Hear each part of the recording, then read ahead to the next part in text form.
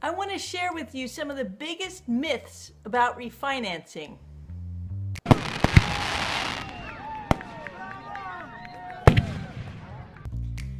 The way that mortgage companies calculate your break-even for a refinance is just plain wrong. So let's say you are looking to save money on your monthly payment through a refinance. You go to a bank and they say you can save $400 a month if you refinance. Well, that sounds pretty good, right? And then you know there are going to be fees. So let's say in this example there are $8,000 in fees.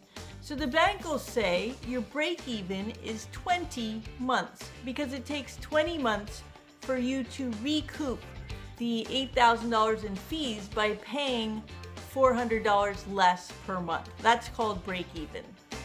This is what it looks like on a piece of paper.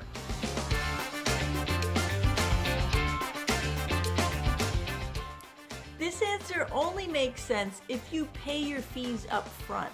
But in 99.5% of all refinances, those fees are added to the total loan amount and paid off over time. So this formula makes absolutely no sense.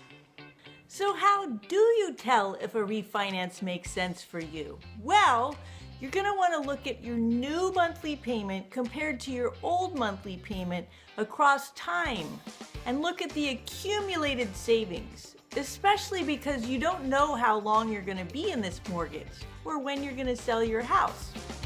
The other thing is that monthly payment isn't the only factor that you should consider in a refinancing, because what a refinancing does is it actually starts your loan over in the beginning. So you're paying a different proportion of interest versus principal, which means that you could be paying more interest even though your interest rate is lower, which affects the way that you pay back your loan and affects your equity that you're building. Let's recap, shall we?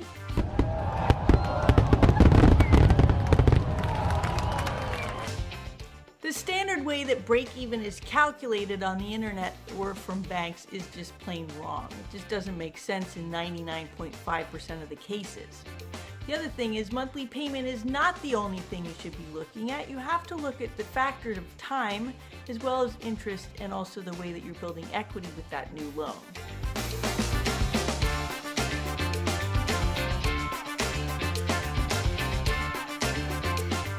What other information is your bank giving you that's wrong? Find out. Don't make a mistake with one of your largest assets, your home.